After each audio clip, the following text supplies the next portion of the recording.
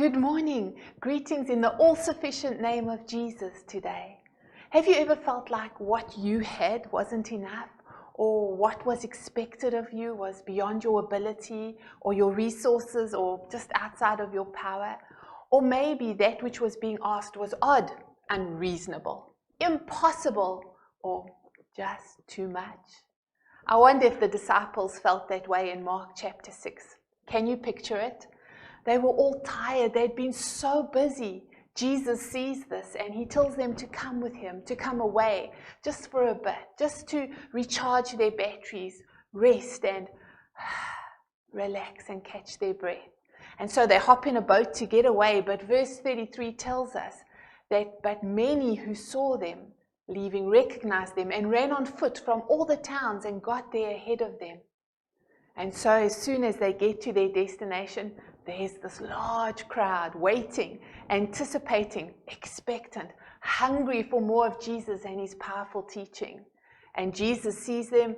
His heart is moved with compassion because to him they are like sheep without a shepherd. And so he engages with them and begins to teach them.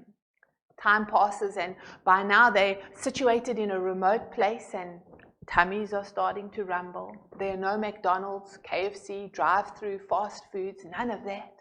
And so the practical, even sensible disciples suggest to Jesus that he send the people away so that they can sort themselves out. They could see to themselves, they could feed themselves and their families. And then Jesus says something to the disciples that it must have made their heads spin. He says in verse 37, "You give them something to eat." I can just picture the disciples' faces, can't you? Surprise, shock, panic.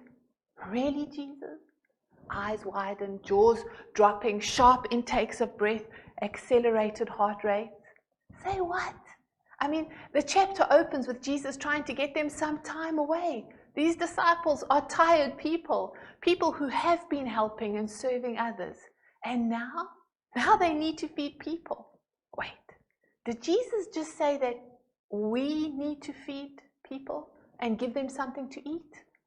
From where? What? There was no bring and share, no home league to do the catering, no potluck lunch, no catering committee, no fundraiser to generate the income to do this with. Did we just hear right?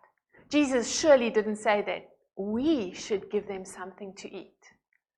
Did the feelings of panic, stress, inadequacy in the face of such great need start to rise? I mean, it wasn't just feeding the 12 themselves or 20 or maybe 50.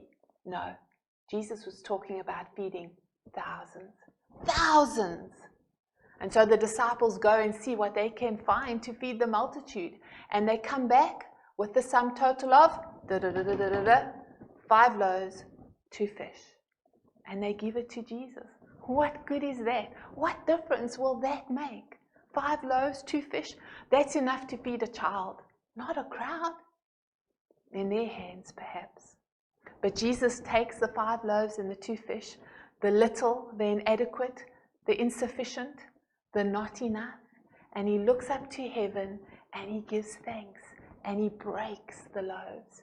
And in that moment, the little becomes much. The inadequate becomes adequate. The insufficient, sufficient. And the not enough, it becomes enough. It's always like that in Jesus' hands, isn't it? When the ask is great, so is his grace, so is his power, so is his provision. Today I encourage you, in the face of difficulty, in the face of overwhelming need, when the odds are stacked against you, when the ask seems like too much, I encourage you to give what you can, to do what you can, to bring what you have, maybe even just yourself, and place it all in the hands of Jesus. Let's never underestimate the power of putting something into Jesus' hands. The 5 loaves and 2 fish teach us that. In Jesus' hands, water turned to wine. The blind saw, the deaf heard, the dead became alive again, the sick became well, and the world's greatest need was met on the hillside of Calvary in his hands. The hands of Jesus are safe hands, strong hands, powerful hands, righteous hands, guiding hands, healing hands, loving hands, nail-scarred hands. What are you going to put into the hands of Jesus today? God bless you.